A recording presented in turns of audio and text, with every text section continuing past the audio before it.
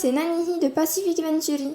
Bienvenue dans ce nouvel épisode de Pacificoe, le podcast d'analyse de l'actualité globale et locale qui t'aide à naviguer efficacement dans ce monde changé. Cette semaine, nous sommes allés à la rencontre d'une association de guerrières du Pacifique qui se battent chaque jour pour la cause du cancer du sein auquel ce mois d'octobre est dédié. Chaque année en Polynésie, ce sont 135 nouveaux cas de cancer du sein chez la femme qui sont déclarés. Pour en parler, nous recevons Marie-Christine, présidente de l'Association des Amazones du Pacifique. À suivre donc une conversation entre Tamatea et Marie-Christine. Bonjour Marie-Christine, j'espère que tu vas bien. Et puis pour commencer, je te demanderai de te présenter rapidement et de présenter l'association pour laquelle tu œuvres. Bonjour, moi c'est Marie-Christine Soro, donc je suis présidente de l'association Amazon Pacifique depuis décembre 2021. J'ai rencontré l'association Amazon au travers d'une amie qui a eu effectivement un cancer du sein et je l'ai vue être accompagnée par cette association. Et malheureusement, elle est décédée aujourd'hui. Et 2 mois après, c'est moi qui étais malade. Et donc, je connaissais l'association. Donc, j'ai tout de suite appelé l'ancienne présidente Anne Perrault. Et qui m'a vraiment aidée dans ce parcours sur le côté émotionnel. Et depuis, donc, j'ai continué avec l'association. Et puis, je suis toujours là. Et je l'ai remplacée en novembre l'année dernière. Du coup, effectivement, une sacrée histoire. Et on est dans ce fameux mois d'Octobre Rose. Et nous avons vu de nombreuses personnes soutenir la cause du cancer du sein.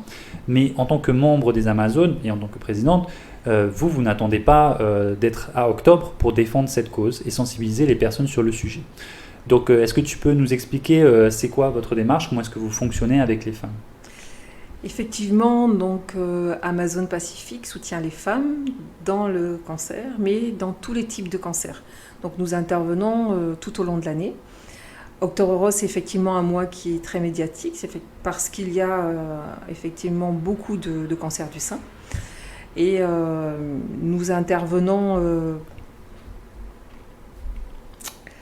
je ne sais plus ce qu'on disait. Comment est-ce que vous accompagnez les femmes ? Comment est-ce que vous intervenez ? Alors, les actions de l'association Amazon Pacifique, ce sont surtout des actions de soutien, de sensibilisation et pour permettre au grand public d'avoir un regard différent sur la maladie. L'accompagnement des Amazones se fait donc au niveau du Faré Amazon. Donc, on a un local dans la vallée de Tiperui. Dans ce local, on va leur proposer ce qu'on appelle des soins de support. Soins de support, c'est tout ce qui va être des activités qui vont permettre d'améliorer la qualité de vie au niveau physique, au niveau psychologique et social. C'est-à-dire que l'on va avoir, au niveau physique, on a actuellement presque 70% de nos activités qui sont orientées vers le sport, de l'activité physique adaptée, du yoga, du pilates. Sur la partie psychologique, c'est le fait de pouvoir rencontrer d'autres Amazones, de pouvoir discuter avec une autre femme qui a été dans le même cas que soi, et ce qui permet d'avoir un échange un peu différent des professionnels de santé, différent de la famille, parce que ce que l'on va échanger au Faré, c'est quelqu'un qui vit la même chose. Quand on rentre à la maison, on a pu évacuer ce petit doute, c'est ce qui peut nous perturber, donc on est un peu plus zen à la maison. Et au niveau social, c'est vraiment au cours des ateliers, ce que l'on va proposer aux filles, c'est de pouvoir rire, rencontrer d'autres personnes, reprendre pied entre guillemets, voilà. Et on propose également des ateliers de genre maquillage, soins des ongles, parce que c'est important de reprendre pied, de se sentir de nouveau femme et de se dire waouh, je suis encore belle, même si j'ai perdu mes cheveux et que je me dévalorise. Effectivement, la perte de cheveux, du coup, due à la chimiothérapie qui s'ensuit. Et quelles sont justement les premières réactions que les femmes ont et que les personnes qui viennent vous voir ont justement dans ce contexte de je viens d'apprendre que j'ai un cancer, et du coup, comment est-ce que les personnes réagissent dans ces cas-là la plupart du temps ? Alors c'est un choc, c'est un grand séisme dans une vie. Mais ce sur quoi on axe nos actions, ce que l'on va dire aux femmes, c'est que la médecine fait de très très grands progrès. Et c'est pas parce que dans votre famille, il y a quelqu'un qui a eu un cancer, qui a eu une chimio, qui est décédé. On peut vraiment se dire que voilà, dans 2 ans, dans 1 an, les traitements seront totalement différents. Et il faut vraiment s'accrocher. Et puis, ce qu'on apporte aux femmes, c'est vraiment cette expérience patient. Voilà, se dire, ben voilà, regarde, je suis passée par là, on comprend ta douleur, il faut l'accepter. C'est une période qui est difficile, hein. On réagit toutes de façon différente, hein. Soit on va s'enfermer chez soi, soit on va avoir envie de peut-être aller chercher de l'aide. C'est pas le premier réflexe qui vient à tout le monde. Les femmes ont plutôt tendance à s'enfermer chez elles. Et il faut savoir quand même que la partie psychologique, le mental est très important dans cette phase, justement pour pas s'enfermer, au contraire vivre. Et rien n'est écrit. Et comme je vous disais, la médecine fait des progrès énormes. J'avais un pronostic qui n'était pas forcément très très bon, on va dire il y a 2 ans. Et aujourd'hui, on me dit que c'est OK, il n'y a plus de lésions actives.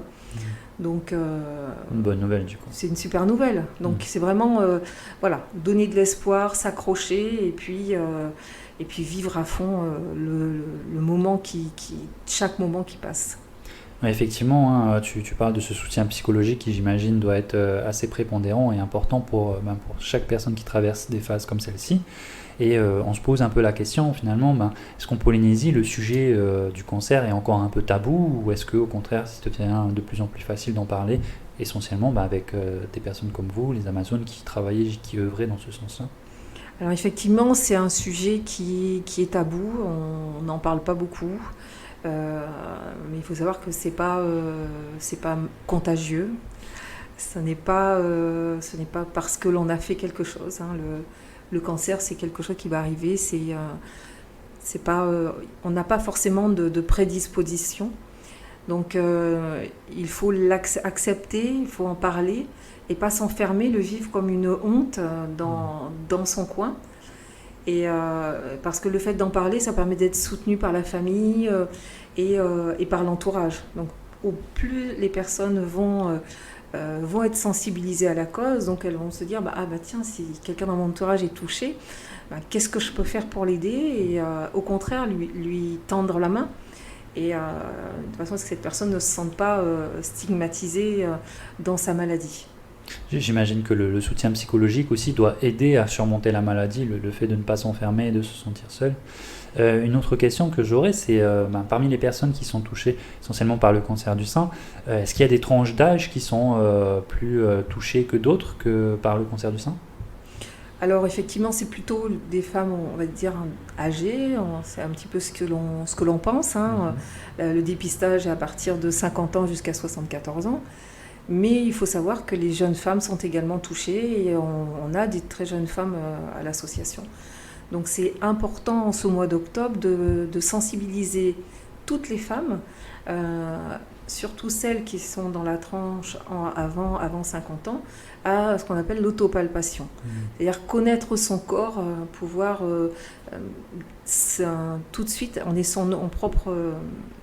faire son propre diagnostic et se dire qu'effectivement, je connais ma poitrine dans la vie courante, et dès qu'il va y avoir quelque chose de différent, je vais pouvoir tout de suite être sensible et puis me dire non, ça c'est pas normal.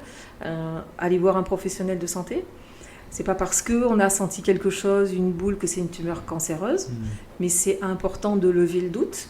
Et au plus vite on prend en charge une personne qui sera atteinte effectivement d'un cancer, au mieux les traitements seront, les chances de survie seront, on dit que le cancer se guérit à 90%, mais le gros problème c'est le dépistage, et que les femmes vont, on va dire, voir un médecin, sont sensibles, mais trop tard.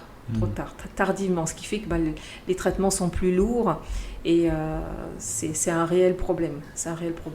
Effectivement, donc plus le dépistage se fait tôt, plus les chances de survie et plus les chances de surmener de surpasser justement ce cancer sont grandes. Et à aujourd'hui, c'est une maladie qui est très bien soignée. Donc c'est pour ça qu'on parle aussi de vivre avec le cancer. On est des survivantes. Et c'est le message que l'on veut faire passer. Ok, très bien. Et on connaît beaucoup cette maladie qui est spécifique aux femmes, mais moi-même j'ai été surpris de trouver que même les hommes peuvent être touchés et contracter du coup le cancer du sein. Donc sensibilisez-vous aussi les hommes à se faire dépister dans ce cadre-là ? Alors on est plutôt axé sur les femmes, mais le cancer du sein effectivement concerne les hommes. Ce qui est difficile après pour les hommes, c'est peut-être de poser un diagnostic parce qu'ils ne vont pas forcément penser à ce type de pathologie. Et donc, on en parle effectivement dans nos différentes réunions pour dire que non, quand il y a effectivement des hommes avec nous, on leur dit sur les sensibilisations, mais non, il n'y a pas que nous. Vous êtes aussi concernés, faites attention à vous, connaissez votre corps. Effectivement. Et justement, quelles sont les réactions des hommes quand ils se retrouvent nez à nez avec ce diagnostic, de se retrouver avec un cancer du sein? Comment est-ce que justement les hommes réagissent? C'est un moment qui n'est pas facile. Je sais qu'il y a effectivement un homme sur Bois-Voix qui vient de rentrer, qui a eu un cancer du sein et à qui on a fait une ablation. Et c'est quelque chose de difficile. On va dire que pour les femmes, c'est difficile de se faire soigner, de parler. Bon, on parle de la poitrine, donc ça peut être une question de pudeur. Mais les hommes sont également frileux à se faire prendre en charge par rapport aux différents traitements. Et ce qui est vraiment dommageable pour l'espérance de vie. Parce que si on se dit, OK, on verra plus tard, non. Il faut savoir que même si on attend même un mois, ça met en péril l'espérance de vie. Donc c'est important à partir du moment où on vous diagnostique, on vous propose un protocole, d'entrer dans ce protocole, de l'accepter. Donc c'est pour ça que c'est important de sensibiliser les personnes, leur dire mais qu'est-ce qu'une chimio, qu'est-ce qu'une radiothérapie, parce que quand on nous l'apprend, on n'est pas surpris, on sait à quoi s'attendre et on accepte plus facilement, on rentre dans le protocole de soins. Et les médecins, en fonction de notre état, ont toute une panoplie de techniques pour nous soigner. Ok, très bien. Et donc, à ton avis, est-ce que c'est entré dans les mœurs, le cancer du sein, comme étant une chose importante? Je m'explique rapidement. Il peut y avoir des employeurs qui, jusqu'à aujourd'hui, pour certains, refusent de libérer du temps sur les heures de travail pour les réponses pour que les personnes plutôt ayant des visites médicales importantes en termes de chimiothérapie, de dépistage, puissent s'y rendre. Est-ce qu'aujourd'hui, il y a cette notion de cette réalisation de l'importance de ce type d'intervention? Alors, ce qui est difficile aussi pour les entreprises, c'est que parfois le personnel ne va pas leur dire qu'ils sont malades et l'état de l'employé va se dégrader et quand ils vont l'apprendre, ça va être trop tard. On a différents cas de figure et puis effectivement, il y a des employeurs qui ont du mal à accepter que leur personnel parte. Il faut savoir qu'on a dans les Amazones, on a plusieurs jeunes femmes qui sont en arrêt en psy parce que c'est difficile à gérer la reprise. Alors on essaye de sensibiliser les entreprises, c'est un grand projet sur 2023 que l'on va mener avec la direction de la santé. Et l'objectif c'est quand une femme, après a fini ses traitements, elle va reprendre son travail, elle va être en mi-temps thérapeutique. Et cette période de mi-temps thérapeutique, elle ne va pas durer indéfiniment et elle va reprendre à plein temps. Mais il faut savoir que sur les cancers hormonaux, les femmes ont un traitement pour éviter la récidive qui va durer 5 ans. Et pendant cet intervalle, ce traitement les fatigue énormément, des douleurs musculaires, donc c'est quelque chose de très invalidant. Donc on reprend pied, on est contente aussi de se retrouver dans la vie active, mais pour garder son emploi, c'est aussi des sacrifices et il ne faut pas trop se fatiguer, c'est pas non plus bien. Mais faire comprendre à l'employeur que j'ai besoin d'un peu plus, un peu plus de temps, mais oui, t'es rentré, mais non, mais c'est bon, t'as terminé. Voilà, c'est une phase qui est pas facile. Donc c'est vraiment un gros chantier. Et donc on va, sur cette année 2023, ce sera le fil rouge, je pense, pour l'association.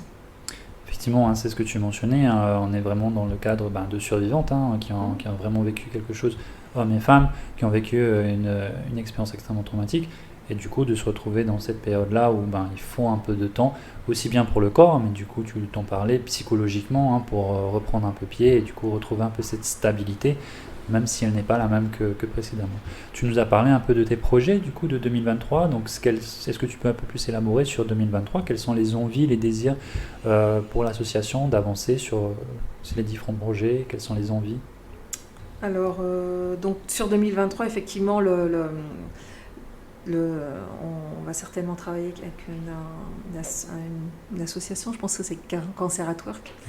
On est parlé avec la direction du travail et nos partenaires, la Banque de Tahiti, et sera effectivement moteur puisqu'ils connaissent cette association. Sur 2023, on va avoir la 2e convention Amazon, puisque Amazon, c'est Amazon Martinique, Guadeloupe, Paris, Guyane, depuis quelques temps, Réunion. Donc on fait du pied à la Nouvelle-Calédonie. Donc on s'est rencontrés l'année dernière, cette année, là, au mois d'avril, en Martinique. L'intérêt d'être... donc on s'est fédérés. Donc on est maintenant la fédération Amazon depuis début octobre. L'intérêt, c'est de pouvoir échanger des projets. Et, par exemple, ce projet, ce dont je vous parle par rapport aux entreprises, c'est un projet qui est développé par la Guadeloupe. Okay. En Martinique, elles ont un incubateur emploi pour aider les femmes à reprendre pied. Voilà. Et donc sur Paris, elle a des ateliers relais. On a chacune un petit peu notre projet phare et on s'appuie sur ce qui est fait dans les autres territoires pour aller plus loin et surtout plus vite parce que on met en place des projets plus rapidement parce qu'on peut s'appuyer sur ce qui a été déjà fait sur un autre territoire. On sent bien que du coup il y a un soutien des autres personnes, que ça dépasse juste Tahiti et que c'est pas quelque chose qui est uniquement ici. Non, c'est un ensemble, on n'est pas seul et on a une équipe derrière nous qui nous aide justement sur les financements, sur de l'organisation, comment par rapport aux différentes dans la structure d'association, par rapport au bureau, nos différents logiciels, donc on peut compter sur cet appui. Et donc demain, on va dire 2023, avec la venue des présidentes, et on va élargir un petit peu à d'autres membres du bureau, parce que se rencontrer, c'est important, d'échanger, de pouvoir après, quand on fait des visios, une fois par mois, il y a une visio avec toutes les présidentes, et c'est plus facile après pour échanger. Et surtout, l'année prochaine, on va avoir au cours de la convention le projet SMAGE, puisqu'on a gagné un prix avec la fondation La France s'engage à Paris. On a gagné un accompagnement sur 3 ans pour nous permettre de grandir sur tous les territoires. Donc, on aura une grosse session de travail l'année prochaine. Donc, voilà, j'ai vraiment, vraiment hâte. Et cette session de travail, l'objectif, c'est de pouvoir grandir, être plus performante et surtout pour rester, pour savoir comment aider un maximum de femmes. Parce qu'il faut absolument rester focus. Notre objectif, c'est d'aider toutes les femmes à traverser cette maladie. Donc pour ça, on sort du Faré, on se déplace dans les quartiers. On était à Tapuna en début du mois. On se déplace à Bora, donc on a eu une première cellule, une première journée d'information à Bora. C'était un petit test pour nous. Et l'objectif, c'est d'avoir des antennes Amazon pour pouvoir aider les femmes au plus près de leur domicile, parce qu'effectivement, c'est pas forcément évident pour tout le monde de se déplacer. Voilà. Donc, on va être soutenu par les syndicats de communes.